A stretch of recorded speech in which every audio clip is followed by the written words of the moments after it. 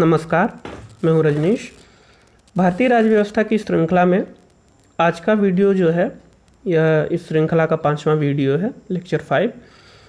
यह भारतीय संविधान की प्रस्तावना पर आधारित है। भारतीय संविधान की प्रस्तावना जो है वह भारतीय संविधान का प्रथम पृष्ठ है। तो आइए जानते हैं भारतीय संविधान की प्रस्तावना के बारे में। प्रस्तावना में जो महत्वपूर्ण बातें हैं उन पर चर्चा करने से पहले हम प्रस्तावना के मूल अंश को पढ़ लेते हैं।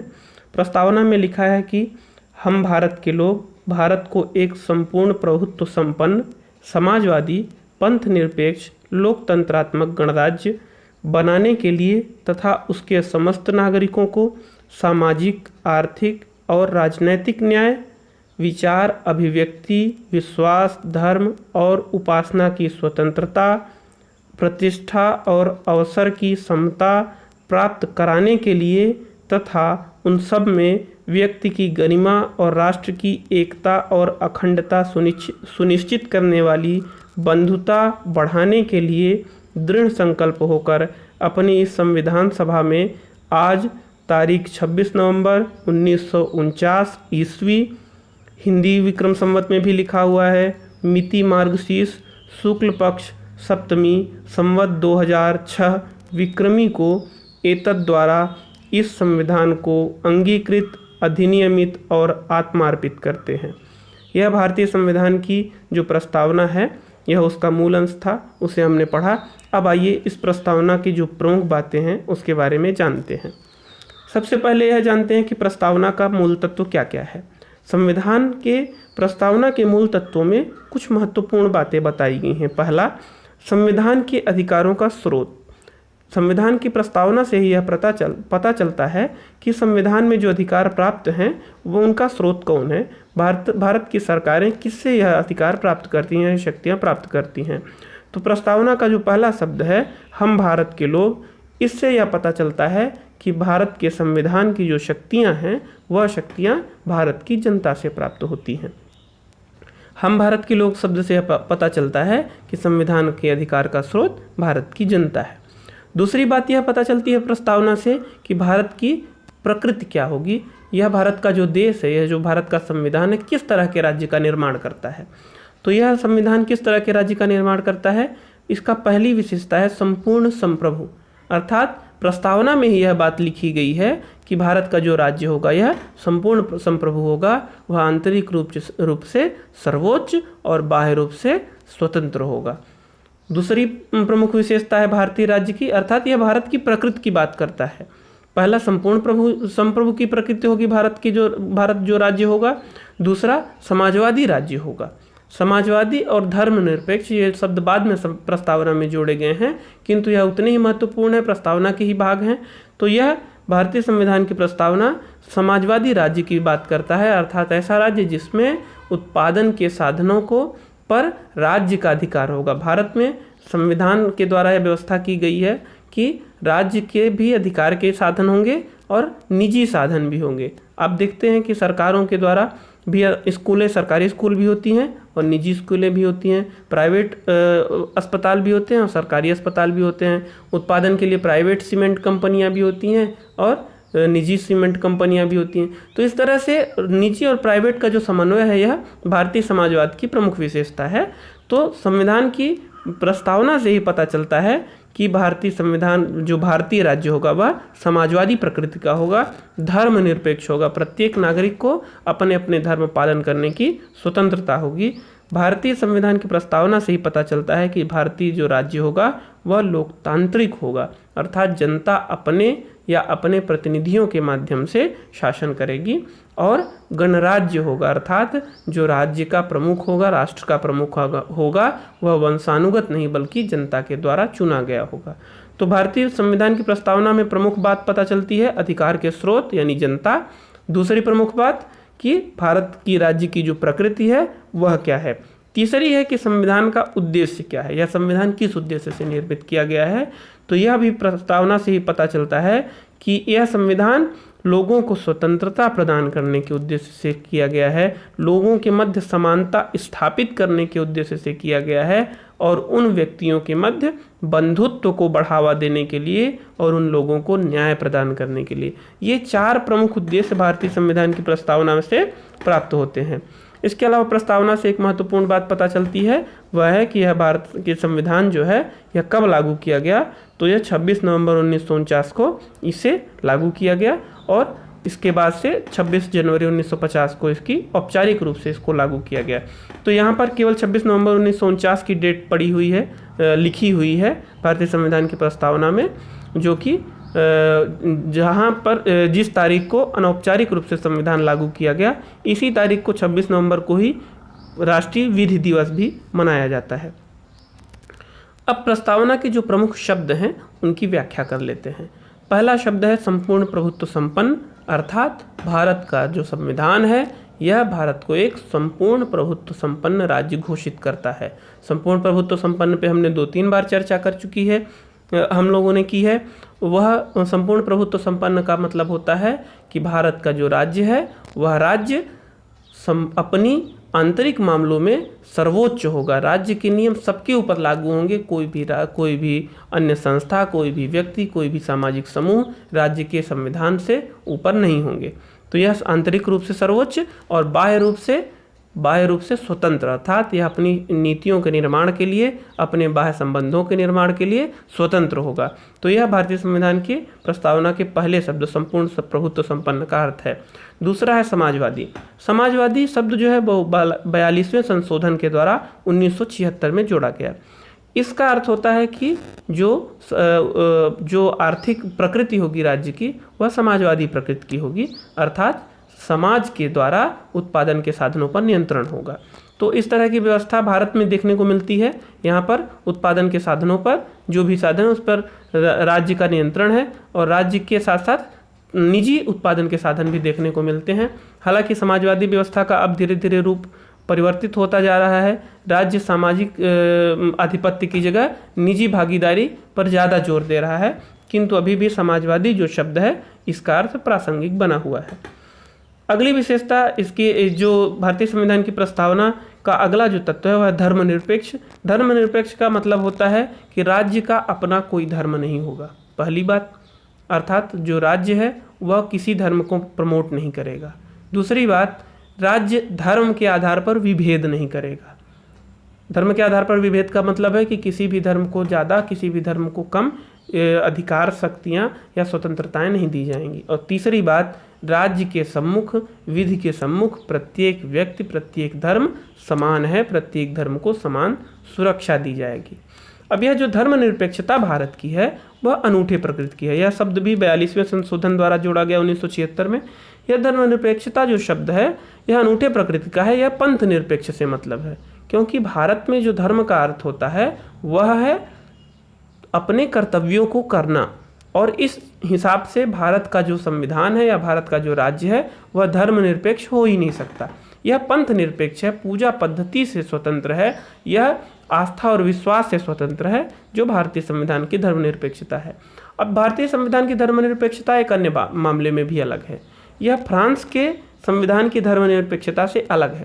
फ्रांस में क्या व्यवस्था है कि वहाँ पर प्रत्येक धर्मों से समान दूरी है। फ्रांस के संविधान की धर्मनिरपेक्षता का अर्थ है कि प्रत्येक धर्म से समान दूरी, अर्थात राज्य में खुले में, मतलब धर्म जो है वह निजी विचार है और उसे खुले में अभिव्यक्त नहीं किया जा सकता।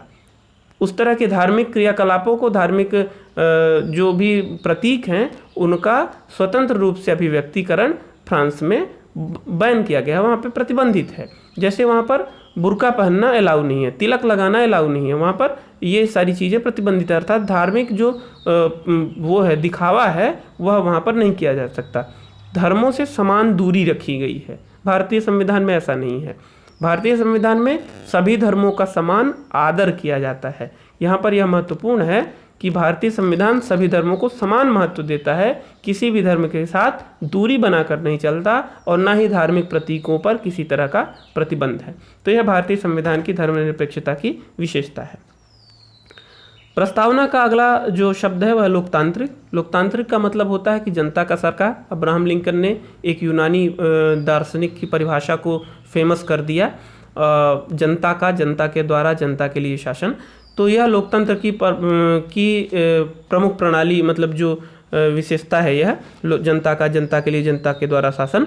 तो इसमें यह जो भारतीय संविधान की प्रस्तावना भी इसी बात की चर्चा करती है कि भारत लोकतांत्रिक राज्य होगा और इसमें अप्रत्यक्ष रूप से लोकतंत्र होगा और प्रतिनिध्यात्मक शासन होगा, अर्थात जनता अपने प्रतिनिधियों को चुनेगी और वो प्रतिनिधि जनता के काम को करेंगे, सरकार के काम को करेंगे। प्रस्तावना का अगला शब्द है गणराज्य। गणराज्य का मतलब हमने इसके पहले भी चर्चा की उस बारे में।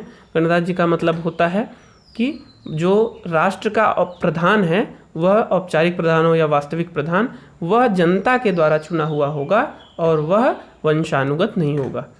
ब्रिटेन में यानी इंग्लैंड में वह वंशानुगत होता है, क्राउन जो है वंश के अनुसार चुने जाते हैं, और भारत में वह जनता के द्वारा प्रत्यक्ष अप्रत्यक्ष रूप से चुना जाता है, अप्रत्यक्ष रूप से चुना जाता है वास्तव में। तो यह गणराज्य की प्रमुख विशेषता है। इसके अलावा गणराज्य की एक विशेषता है कि कोई विशेषाधिकार प्राप्त वर्ग नहीं होगा। अवसर के लिए प्रत्येक व्यक्ति को समानता प्रदान की जाएगी, अर्थात नौकरी प्राप्त करने के लिए, पुरस्कार प्राप्त करने के लिए किसी भी विशेषाधिकार प्राप्त वर्ग की उपस्थिति नहीं होगी, बल्कि प्रत्येक नागरिक समान होगा। तो यह गणराज्य की प्रमुख विशेषताएं हैं। अगला शब्द है न्याय। प्रस्तावना में न्याय की 3 तरह की बातें की गई, 3 तरह के न्याय की चर्चा की गई है: सामाजिक न्याय, आर्थिक न्याय और राजनीतिक न्याय। सामाजिक न्याय का मतलब होता है कि प्रत्येक व्यक्ति को सामाजिक अपनी स्थिति का उपभोग करने का समान अधिकार है। वह सामाजिक न्याय का मतलब यह है कि समाज में व्यक्ति किसी भी अपनी विशेषता को धारण करता, किसी भी जाति का हो, धर्म का हो, किसी भी वंश का हो, धर्म के और उसके आधार पर विभेद नहीं किया जाएगा, प्रत्येक व्यक्ति को समान समझाया जाएगा। सामाजिक अधिकारों के उपभोग के लिए सबको समानता है, समान अधिकार प्राप्त है। आर्थिक न्याय का मतलब होता है कि जो धन के आधार पर विभेद है उसे कम किया जाएगा। आर्थिक आधार पर न्याय का मतलब है कि ऊंच और नीच का जो धन के आधार पर जो भेद है, अमीर और गरीब का जो भेद है, वह कम किया जाएगा। राजनीतिक न्याय का मतलब है कि प्रत्येक व्यक्ति अपने राजनीतिक अधिकारों का समान रूप से उपभोग कर सकेगा। तो इस तरह से प्रस्तावना की अगली जो बात है न्याय, उसमें 3 बातें महत्वपूर्ण है: सामाजिक न्याय, आर्थिक न्याय और राजनीतिक न्याय। प्रस्तावना का जो अगला शब्द है वह है स्वतंत्रता। प्रस्तावना में यह कहा गया है कि संविधान जो है 3 तरह के न्याय को लागू करेगा: सामाजिक न्याय, आर्थिक न्याय और राजनीतिक न्याय। संविधान जो है वह कुछ स्वतंत्रताओं को प्रदान करेगा। कौन कौन सी स्वतंत्रताएं हैं? विचार की स्वतंत्रता, कोई भी व्यक्ति अपने विचार कर सकता है और उसे अभिव्यक्त कर सकता है।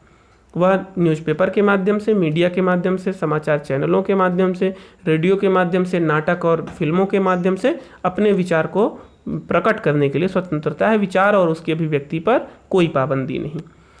विश्वास की स्वतंत्रता, कोई भी व्यक्ति अपनी इच्छा के अनुसार विश्वास, धर्म और उपासना कर सकता है। व्यक्ति का जो धार्मिक जो उसका रुझान है वो उसका निजी मामला है।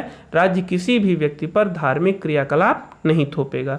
तो इस तरह से जो स्वतंत्रता है वह भी प्रस्तावना की प्रमुख तत्व है। अगला है समानता। किस तरह की समानता या समता?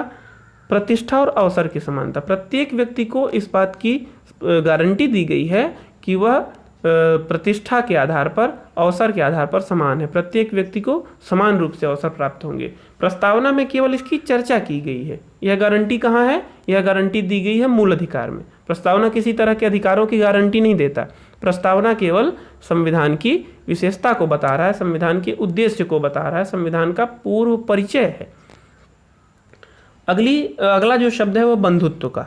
वो किस तरह का बंधुत्व होगा? ऐसा बंधुत्व जो व्यक्ति की गरिमा को सुरक्षित रखे, व्यक्ति को व्यक्ति होने के नाते महत्वपूर्ण माने, उसके किसी भी बैकग्राउंड के नाते नहीं, बल्कि एक व्यक्ति मनुष्य है इसके नाते उसे महत्वपूर्ण माने। यह है व्यक्ति की गरिमा। कैसा बंधुत्व चाहिए? जो कि व्यक्ति की गरिमा को बढ़ावा दे, राष्ट्र की एकता और अखंडता को बढ़ावा दे।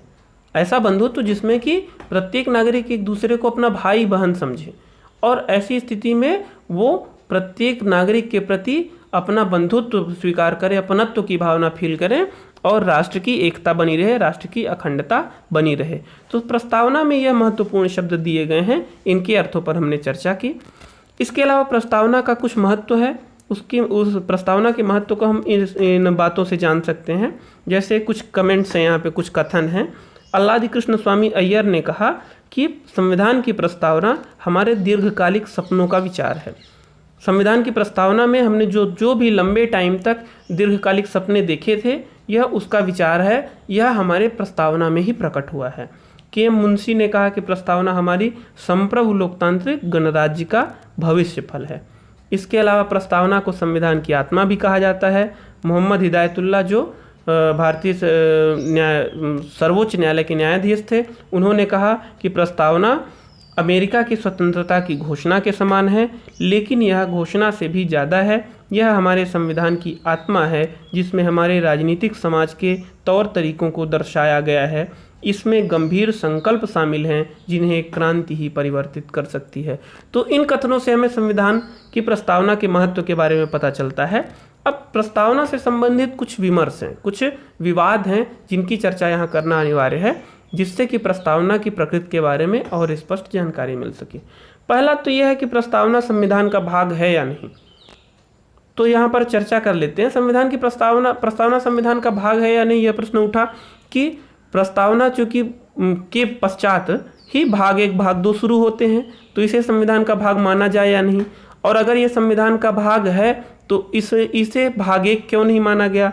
अगर ये भाग नहीं है तो इसे जोड़े रखने का क्या महत्वपूर्ण क्या इसका महत्व है, क्यों इसको जोड़ के रखा गया है भारतीय संविधान में, और इसके अलावा इसे किस तरह से लागू किया जाए, इसे संशोधन किया जाए कि नहीं। तो ये सारे प्रश्न प्रस्तावना के संबंध में उठे। तो पहला जो मामला आया बेरुबारी संघ का, बेरुबारी यूनियन जो था वो उसके विवाद में सर्वोच्च न्यायालय ने जो निर्णय दिया वह इस तरह का था कि 1960 के बेरुबारी मामले में, बेरुबारी संघ के मामले में यह माना गया कि यह जो प्रस्तावना है वह संविधान का भाग नहीं है, यह संविधान से अलग है, उसका केवल पूर्व परिचय है। अब यह कुछ दिन तक यह फैसला कायम रहा, किंतु अगले मामले में केशवानंद भारती बनाम केरल राज्य का जो केस था 1973 का, इसमें न्यायालय ने यह निर्णय दिया कि प्रस्तावना संविधान का भाग है। और यह किस तरह का भाग है इसे भी डिटेल में बताया कि प्रस्तावना विधायिका की शक्ति का स्रोत नहीं है, अर्थात प्रस्तावना में जो लिखी हुई बातें हैं उससे विधायिका को शक्तियां नहीं प्राप्त होती, और ना ही प्रस्तावना किसी तरह का विधायिका पर प्रतिबंध लगाती है। 2 बातें महत्वपूर्ण हैं। केशवानंद भारती बनाम केरल राज्य के केस में 2 बातें महत्वपूर्ण रूप से कही गई। पहली बात ये कि प्रस्तावना से संसद को शक्ति नहीं प्राप्त होती, संसद को शक्ति प्राप्त होती है संविधान के दूसरे भागों से, प्रस्तावना से जो अलग हैं, और ना ही प्रस्तावना संसद के ऊपर किसी तरह का प्रतिबंध लगाती है। इसके बाद भी प्रस्तावना संविधान का भाग है, ठीक। न तो यह संसद को कोई शक्ति प्रदान करती है, न ही संसद को किसी तरह नियंत्रित करती है, फिर भी यह प्रस्तावना जो है वह संविधान का भाग है। दूसरी बात कही गई कि प्रस्तावना गैर न्यायिक है, अर्थात प्रस्तावना में जो लिखी बातें हैं उन्हें आधार बनाकर हम न्याय की मांग नहीं कर सकते, न्यायालय में चुनौती नहीं दे सकते। तो प्रस्तावना के बारे में यह एक विवाद था जिसे केशवानंद भारती बनाम केरल राज्य में सुलझाया गया। एक अगली बात जो प्रस्तावना के बारे में कही गई है वो यह है कि प्रस्तावना में संशोधन किया जा सकता है कि नहीं। तो यह भी महत्वपूर्ण है। इसमें भी इस प्रश्न पर भी संविधान ने विचार किया, न्यायालय ने विचार किया और यह बताया कि बेरुबारी संघ के मामले में यह बताया 1960 में जो आया उसमें उच्चतम न्यायालय ने यह निर्णय दिया कि प्रस्तावना संविधान का अंग नहीं है, और चूंकि यह संविधान का अंग नहीं है इसलिए संशोधन के प्रावधानों के अनुसार प्रस्तावना में किसी तरह का संशोधन नहीं किया जा सकता। बेरुबारी संघ का जो मामला था 1960 का, उस पर कहा गया कि जब ये प्रस्तावना संविधान का भाग नहीं है तो इसमें किसी तरह का संशोधन प्रक्रिया जो 368 पे दी गई है उसके अनुसार, अनुच्छेद 368 की प्रक्रिया के अनुसार नहीं किया जा सकता। किंतु इस नियम को उच्चतम न्यायालय ने पलट दिया केशवानंद भारती बनाम केरल राज्य में।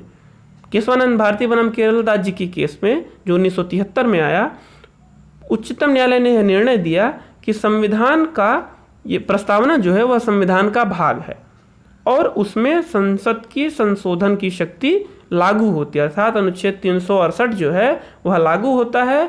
मतलब संसद अपने प्रस्ताव के द्वारा प्रस्तावना में भी संशोधन कर सकता है। लेकिन यह ध्यान रखना होगा कि किसी भी तरह का संशोधन भारतीय संविधान के मूल स्वरूप के विरोध में न हो।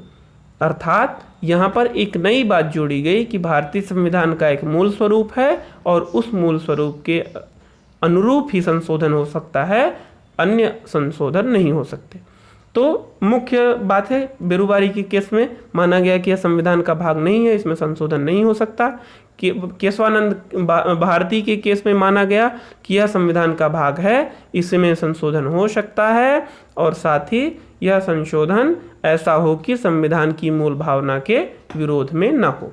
ठीक, अभी तक प्रस्तावना में 42वां जो संविधान संशोधन है उसके द्वारा 42वां संविधान संशोधन 1976 के द्वारा प्रस्तावना में एक बार संशोधन किया गया है, जिसमें 3 शब्दों को जोड़ा गया, धर्मनिरपेक्ष, समाजवादी और अखंडता। जब हमने पढ़ा था तो आपने देखा होगा कि भारत धर्मनिरपेक्ष समाजवादी गणराज्य है और इसकी एकता और अखंडता को बढ़ाने वाला। तो ये जो 3 शब्द हैं, धर्मनिरपेक्ष, समाजवादी और अखंडता, यह तीनों शब्द 42वें संविधान संशोधन 1976 के द्वारा जोड़े गए। भारतीय संविधान की प्रस्तावना से संबंधित जो प्रमुख प्रश्न थे, प्रमुख तथ्य थे, उन पर हमने यहाँ पर चर्चा की। आपने हमारा वीडियो देखा, धन्यवाद। इससे संबंधित जो भी प्रश्न हो उन्हें आप कमेंट बॉक्स में ज़रूर पूछें और इस वीडियो का जो PDF है वह टेलीग्राम पर मिल जाएगा। हमारे टेलीग्राम का चैनल का लिंक डिस्क्रिप्शन में दिया हुआ है। धन्यवाद। महादेव।